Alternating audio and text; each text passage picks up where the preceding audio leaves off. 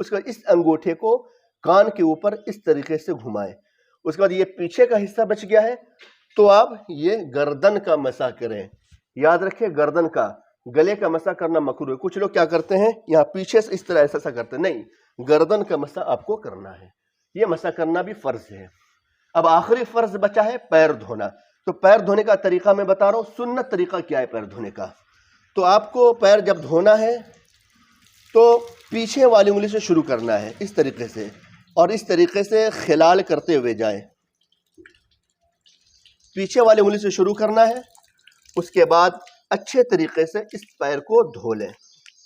जब आप पीछे से शुरू किए थे, अब इस पैर को पीछे से शुरू नहीं करना है, बल्कि इधर से शुरू करना है, यहां से, इस तरीके से, और इस तरीके से पैर को भी आप धो लें।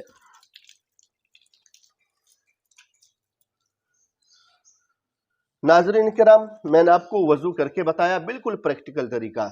तो इस तरीके से आप जब वजू करेंगे तो आपका वजू होगा, और जब वजू सही होगा तो आपकी नमाज होगी। तो इस वीडियो को आप अच्छे से गौर से देखें।